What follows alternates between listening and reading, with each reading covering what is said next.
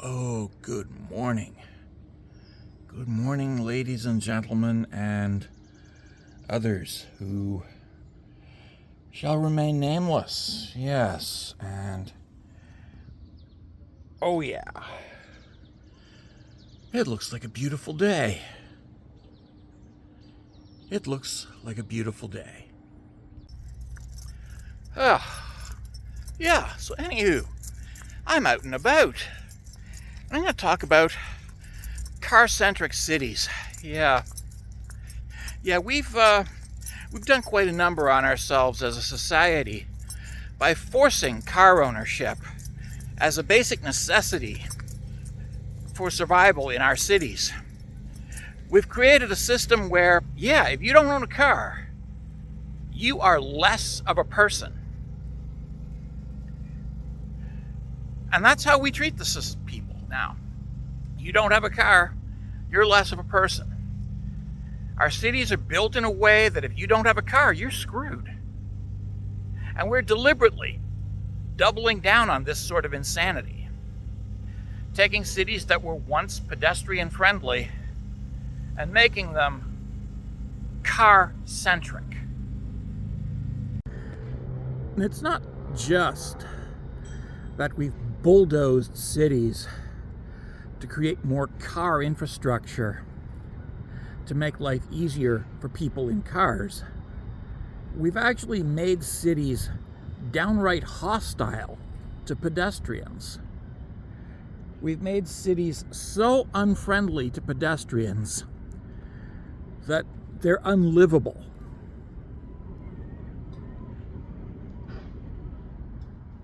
We have made the cities of North America completely unlivable for people. Modern North American cities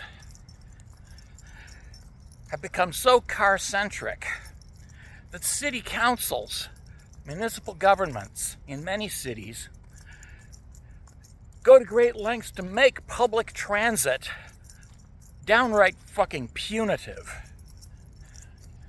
And the message is clear. If you don't own a car, you don't deserve to live in our city. And we want you gone. Now, what does this say to the masses of low-wage workers upon whom functioning society depends? Well, it says you're not wanted. Get out. Saying that to the people you depend upon in order to have a functioning society, let's be honest, is never going to be a good idea. But modern conservative city design does this continuously. And we see it here in Canada, in London, Ontario, and in places like Winnipeg and Calgary and Edmonton.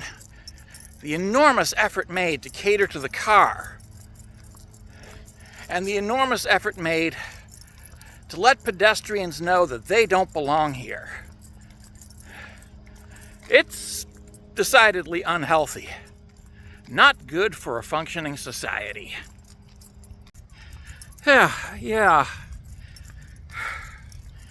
Compare those cities, however, to a place like Los Angeles in California, or Dallas, or Kansas, or any other major American western or southwestern city that were literally built around the idea that everybody is going to own a car and that anybody who is out there walking is probably a dangerous criminal and needs to be stopped.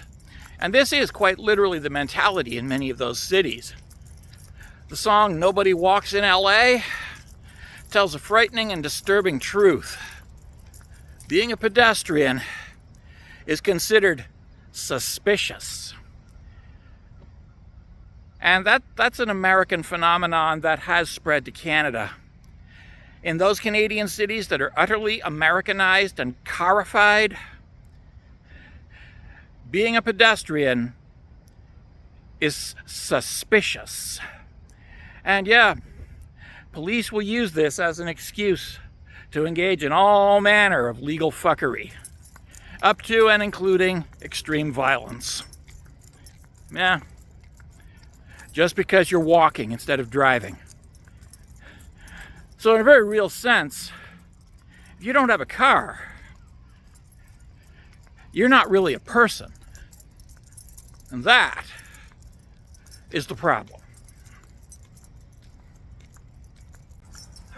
Yeah, so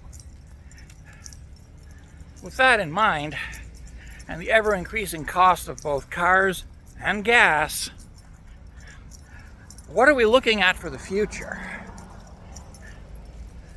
Suburbia is built around the automobile, not around people.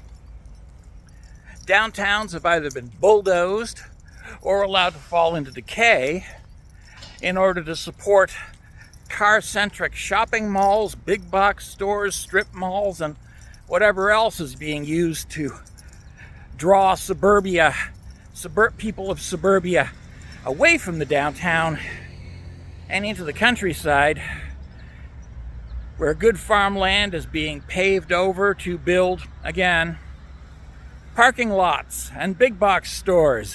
Yeah. What's all going to happen with that, huh? Well, that's a good question. Pave over the farmland to build suburbia and suburban infrastructure like shopping malls and big box stores and their related acres and acres and acres of endless parking lot. Yeah. Where are you getting your food from? Where's your food coming from? Yeah, that's a good question. Also, what's happening to your downtown? What is becoming of your downtown? Looks to me like a severe case of urban decay, caused by all the business being pulled away from the downtown, leaving nothing in its wake but poverty and misery and neglect. Not exactly a bright future, huh? Yeah, so that was the bad news. Suburbanization leading to urban decay. A car-dependent society leading to increased isolation of people from one another. What about the good news? What is the good news? Well, the good news is all of this can be fixed. We can pull ourselves back from the brink of insanity. We can even undo the damage that's already been done. It just takes the political will and electing the right people to municipal governments. That's what we need to do. First thing we need to do is stop electing city councils that are beholden to car dealerships. We need to stop doing that. We need to elect people for city council who don't have a chauffeur-driven limo that brings them to City Hall to do their job. People who ride the bus. We need to elect people who live in apartment buildings near the downtown, not suburbs as far from the downtown as they can get. Good morning. Good morning, gentlemen. Yep. We need to elect people who actually give a damn about the downtown and don't want to just see it die and wither and go away. We need to elect people who love their city, all of their city, not just the suburbs, the shopping malls, and the big box stores, and the car dealerships. We need to elect people who care about the city's future, not just how much money they can make from it. And yeah, we need to elect people who are of the common people. Stop electing millionaires. Stop electing people who own big businesses. Start electing people who actually give a shit. Hello. Hi, Pat. Yeah, there's Pat. Yeah. Anywho, yeah. Another thing we can do is we can stop eating at corporate chain restaurants and start supporting local homegrown restaurants that are a one-off location where the whole restaurant is owned by somebody who actually lives in the community and is not a corporate chain whose head office is in some faraway city, possibly in some faraway country, owned by a bunch of anonymous stockholders. Stop going to those restaurants. Start going to the one-off restaurants where the owner lives in your town and there's only one branch of it. Do that, and you'll be helping to support the revitalization of downtowns. Absolutely. Oh, whoa. Speaking of locally owned restaurants, I'm at one. Yeah. Yeah. Fresh Roots, owned by the local branch of the Canadian Mental Health Association, CMHA. And yeah, it's a very good place. It's a one-off. And I just ordered the pea meal bacon on garlic. Pea meal Swiss on garlic. Blah, blah, blah, blah, blah. It's a fried egg, pea meal bacon, Swiss cheese, garlic bun. It's quite good. Yeah, they flat top the bun. It's quite lovely. And of course the coffee here is nice. It's only $2. So yeah, shameless plug for local small business. If you're in Owen Sound, come down to Fresh Roots. Have breakfast. Yeah, but yeah. Support local business. Instead of going to a big box place like Lowe's or Home Depot, go to a local hardware store, Mr. and Mrs. Smith's hardware store. Go there. And yes, you will pay a little bit more, but you'll be supporting a local business and building a relationship with people who will go out of their way to help you instead of treating you as just another faceless, nameless customer. Yeah. Yeah. Instead of going to big box stores, go to local businesses that are downtown, small businesses. And as I said, instead of electing car dealerships and real estate lawyers to be your municipal council, try electing somebody that owns a small business, the local dry cleaner, the local drywaller. Yeah. Ordinary people. Yeah. People that are not beholden to corporate interests and who do not have a vested interest in driving up the cost of real estate. Yeah. Elect people who actually give a shit about the community. And when I say the community, I mean everybody in the community and everywhere in the community, including the downtown. And people who are willing to work tirelessly to scrap the infamous R1 zoning designation that creates vast swaths of suburbia. Yeah. Because we need to get rid of that, because that has been our biggest downfall ever. The R1 designation is the destroyer of cities. And yes, suburbia cannot pay for itself. It depends on money taken from the downtown. Money that could be better spent maintaining the downtown. Yeah. Suburbia is a net drain on the city. Yeah. I mean, the whole point of the city was originally to get all the people together into one place so that everybody could have access to the goods and services that a city provides. And now we've suburbanized it to the point where nobody can access it without a car. And we've created a paradise for corporate chains at the expense of small local businesses. Oh, and here's my breakfast. Come on. Absolutely. Yes, thank you. You're welcome. Okay, yeah. Salt and pepper, please? Sure. Thank you. Yeah. Yeah, so yes, as I said, patronize small businesses, small, locally owned businesses, not big corporate chains. And yeah, use public transit and encourage public transit, and if necessary, bully your city council into investing more into municipal transit, public transit. Make the city no longer car-centric. Somewhat car-friendly, yeah, but not car-centric.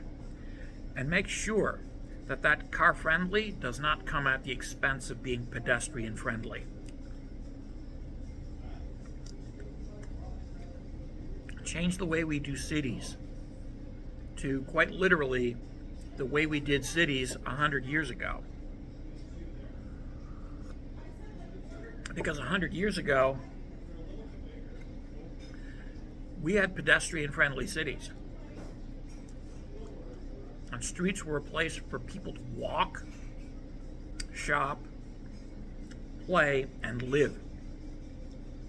And yes, restaurants had patios. And cars were just an annoying nuisance. Cars were, and still are, an annoying nuisance in the city.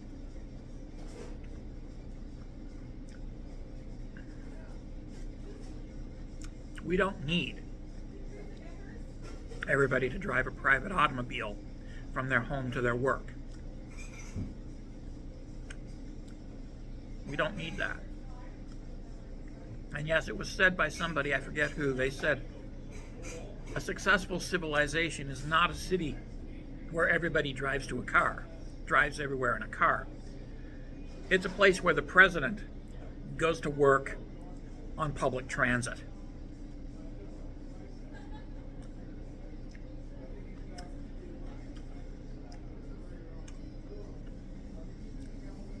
A successful city is a city where the mayor goes to City Hall on the bus, or the trolley, or the tram. Yeah, whatever. That's a successful city. No. No. No. No. No. If you have a city like that, you've got a good city.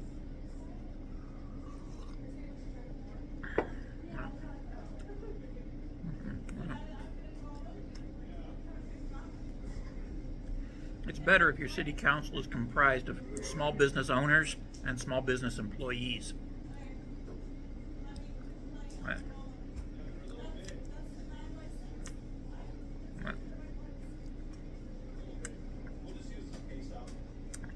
Not car dealers and car dealers' brothers, and definitely not real estate lawyers, okay?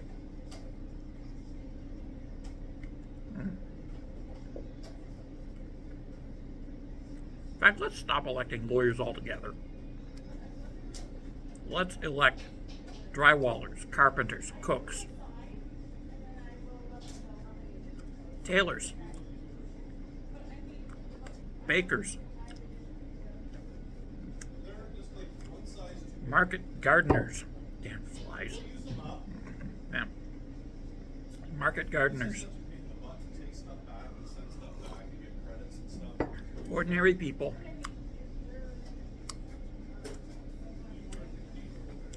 who do not belong to that vanishing small minority who actually benefit from a car-centric, heavily suburbanized society of stroads, shopping malls, and big box stores.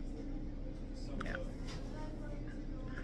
Basically, vote for people like us, people like yourself.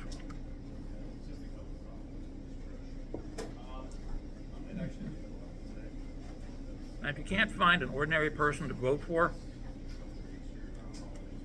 run for office. Run for office. Run municipally, run provincially, run federally. And if you're an American, also run municipally, run stately, whatever they call it, and run federally. Vote out the billionaires. vote in the farmers, the carpenters, the welders, the mechanics, the short order cooks, and the pizza delivery people.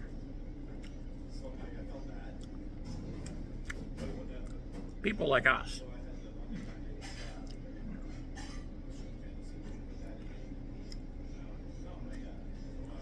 People who live in apartments and live from paycheck to paycheck. And who do sometimes wonder where their next meal is coming from. Yeah. In a word, vote for the proletariat. Yeah. Vote against the R1 designation. Vote against shopping malls and big box stores and stroads. And vote in favor of livable, walkable cities.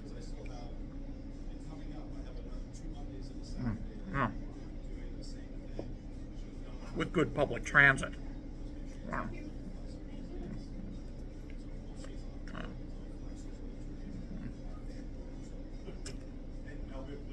Vote for parking. Vote for parks over parking lots. Yeah.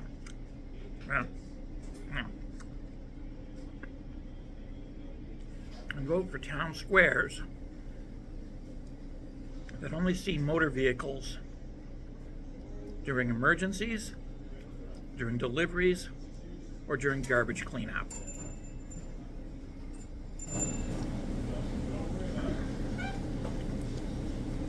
And vote for trolleys. Trolleys are good.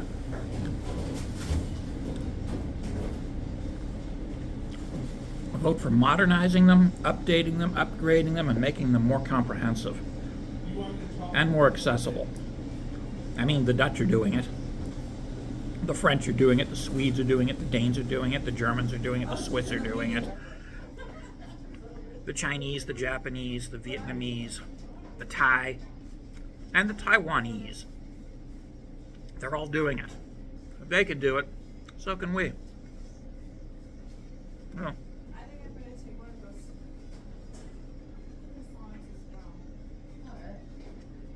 no, this doesn't mean get rid of farm trucks. Farm trucks are farm trucks. They're needed.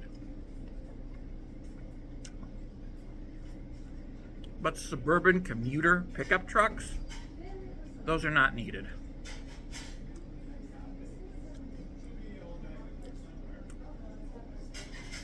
If you live in the suburbs, you should commute on public transit.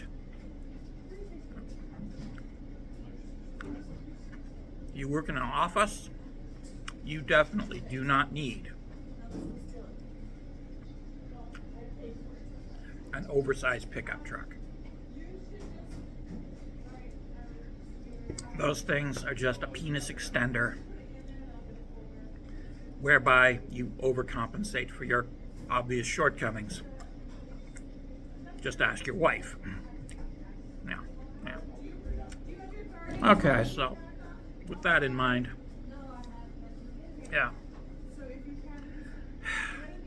Let's vote for a future where people can, once again, walk in the streets, play in the streets, and enjoy the streets, instead of having to zoom back and forth in the streets, confined to a steel box, or nowadays a plastic box,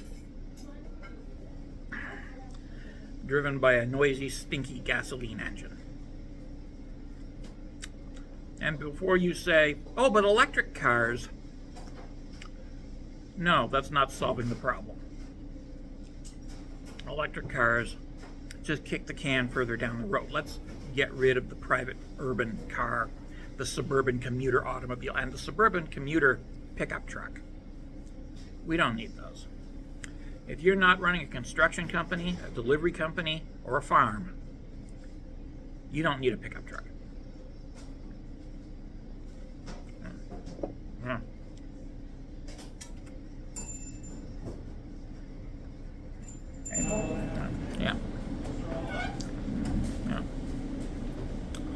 Yeah. Anywho, ta-ta, take care, be well, stay safe. Love yous all.